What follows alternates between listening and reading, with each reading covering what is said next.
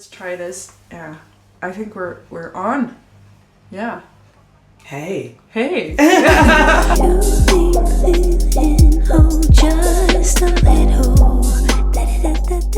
So we're here in your living room in Birmingham, and you are Call Me Unique, and you're one of my best friends in the whole 100%. wide world. It's really good to be here, and I'm really happy to be in this room with you and your turtle and your cat. Who's sleeping in the turtle tank. Yeah. it's such a good vibe here. And I know you really well now. Yeah. But would you like to tell me anyway, about yourself a little bit? Wow. So I am a singer-songwriter, guitarist, producer, advocate for mental health, and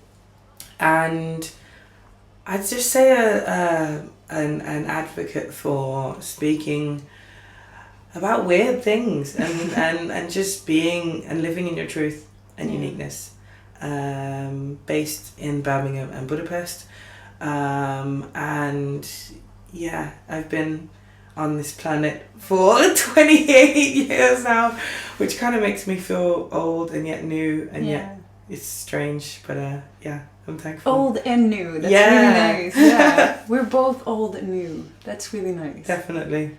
I think people like you will always be young.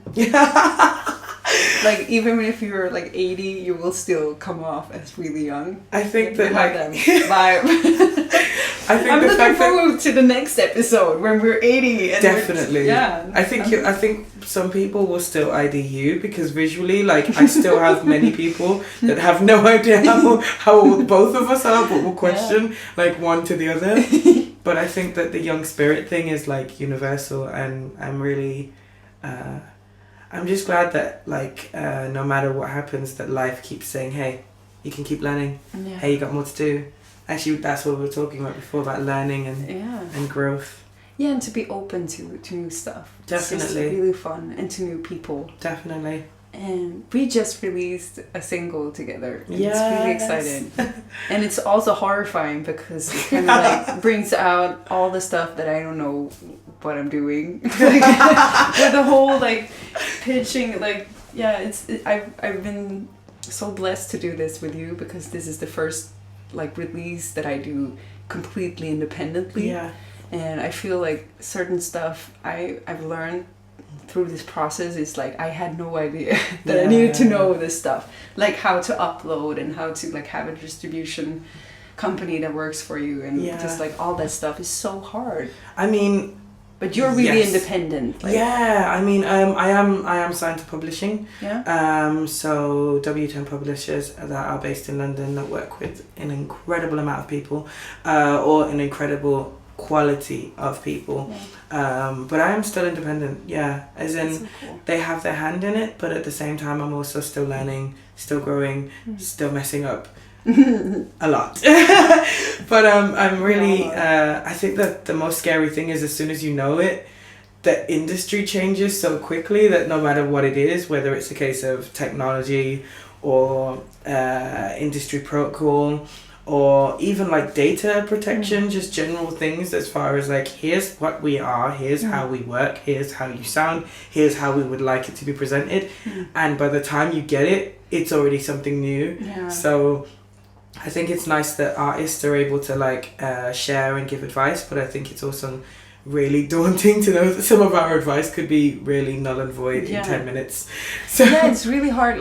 Mark Bounds, my friend, he told me this whole do-it-yourself thing is just being in the moment, trying to learn how quickly things are changing. Definitely. And it's really frustrating because, as you say, immediately when you thought I get this, the whole game has changed. It's Definitely. just fuck it. I thought I was on top of it, and now I don't know anything. It's just super frustrating. Especially when it comes to, I think the main one for me is software. I can absolutely just max something as far as, I get it, I know it, and then software update, and I'm oh, so I have to learn everything again. But you're still a really tech interested person. I am a tech nerd. I really am. I definitely blame the BBC, like the robots that the games where they used to have all the robots like kind of fighting with each other, and I used to always want to be one of those kids that like built a robot not to fight, but I just wanted it to make me food. Oh, really?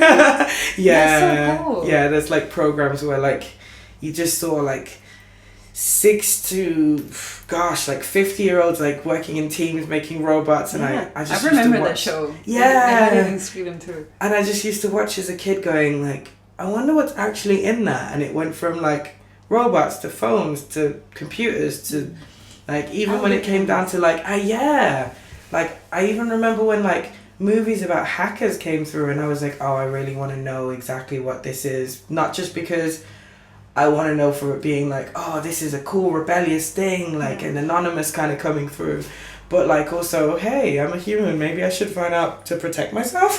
Yeah, that's a tricky part of it. Definitely. Like, yeah, definitely.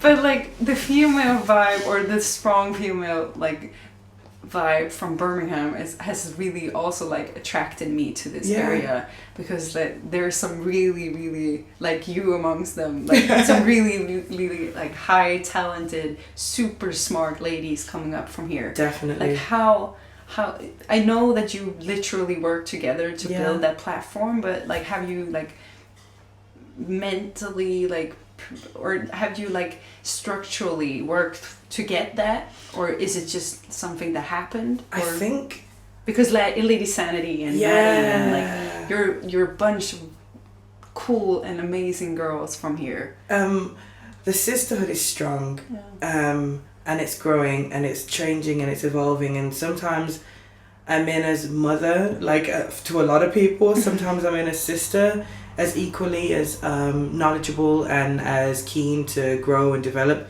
But sometimes I'm here as a kid, and I'm really I'm proud of. I think I'll definitely think about this as far as just the Birmingham scene.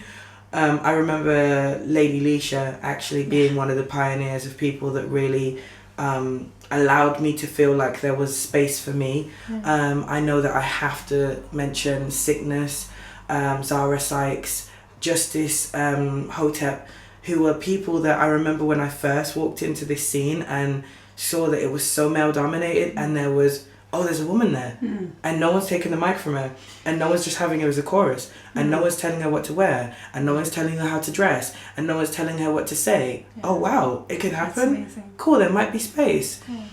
And I think by them actually encouraging me in any times and days that they saw me, like Lady Leisha basically meeting me at a showcase, like it was a competition, and we were there competing with big quotation marks against each other with a bunch of other people, and knowing that instead of her seeing it as a competition, it was more, hey, let me network here, hey, let me do my best, hey, if I don't win, actually outside of this I want to connect with a few people and know what's going on outside of my space. But I think the one thing that Birmingham women have been so keen to do, which is actually why me and you probably have such a close connection, is just, hey, if I like this, I'm gonna make sure I know exactly how I can help, or even just, hey, I'm gonna make sure I let you know. Like the first day I met you, I was like, oh my god, I love you. Like the day I saw you on stage, like literally in Rotterdam, and I had to tell you, I had to let you know, because it was important for me to get that message over to you as someone who understands, hey, we're the underdog in a massive place where you're not from here, I'm not from here, and yet like it's really important that I know where you're going, because I want to, as a fan, invest in this. And I think the one thing that Birmingham women have got a really good balance of is, I want to be a fan, and I also want to be someone who supports where we move. Stay with you. I'ma say